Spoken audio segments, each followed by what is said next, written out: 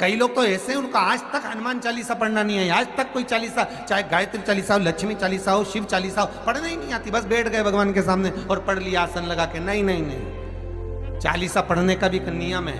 अगर कोई लक्ष्य लेकर पढ़ रहे हो तो उसका एक नियम है।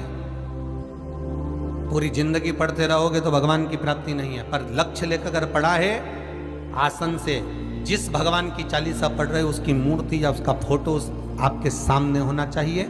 एक घी का दिया, अगर हनुमान चालीसा पढ़ रहे हो तो या तो घी का दिया जलाओ, वो भी गाय के घी का हो, भैंस के घी का मत जलाना। हनुमान जी कभी प्रकट नहीं होंगे भैंस के घी से। घी का दिया लगाइए अगर चालीसा का पाठ कर रहे हो हनुमान जी का। और बहुत ज्यादा संकट है, बहुत ज्यादा परेशानी है तो हनुमान चालीसा का पाठ करो तो तिल्ली के तेल का दिया लगाओ, काली तिल के तेल का दिया, तिल का तेल का दिया हनुमान जी के सामने आसन बिछाकर।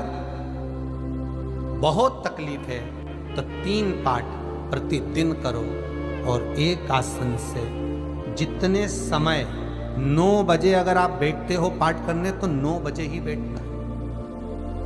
11 दिन तक प्रतिदिन 3 पाठ रोज करो। एक पानी का लोटा, कलश, तांबे का जल अर्थात तांबे का लोटा हो, स्टील का लोटा हो, तुम्हारे पास जो कलश हो उसमें जल भरकर, एक सिक्का उसमें पटक कर, एक लौंग पटक कर प्लेट से ढक कर रख दो और प्रतिदिन बस टाइम पर बैठकर पाठ करो। 11 दिन पूर्ण होंगे, जिस कामना से आपने पाठ करा है बस वो सिक्का, वो लौंग कलश में से निकाल लो, जल का आचमन करो और जिस काम के लिए करा है वो जल उस प्रयोग में ले लो। उस प्रयोग, किसी से बात करने जाना है तो वो जल पी कर जाइए, कोई से हाथ मिलाना है तो वो सिक्का, वो लौंग अपने हाथ में रखिए, अपने साथ। राम जी महाराज जब गए, हनुमत चरित्र कहता, राम जी महाराज जब जाने लगे तो उन्होंने हनुमान जी से कहा कि तुम क्या चाहते हो? हनुमान जी बोले मेरे को जाना है, क्योंकि जहां राम वहां हनुमान। हनुमान जी जब कहने लगे कि मेरे को जाना है तो राम जी महाराज बोले नहीं नहीं हनुमान, तुझे सबसे ज्यादा प्रिय क्या है? तो कह राम।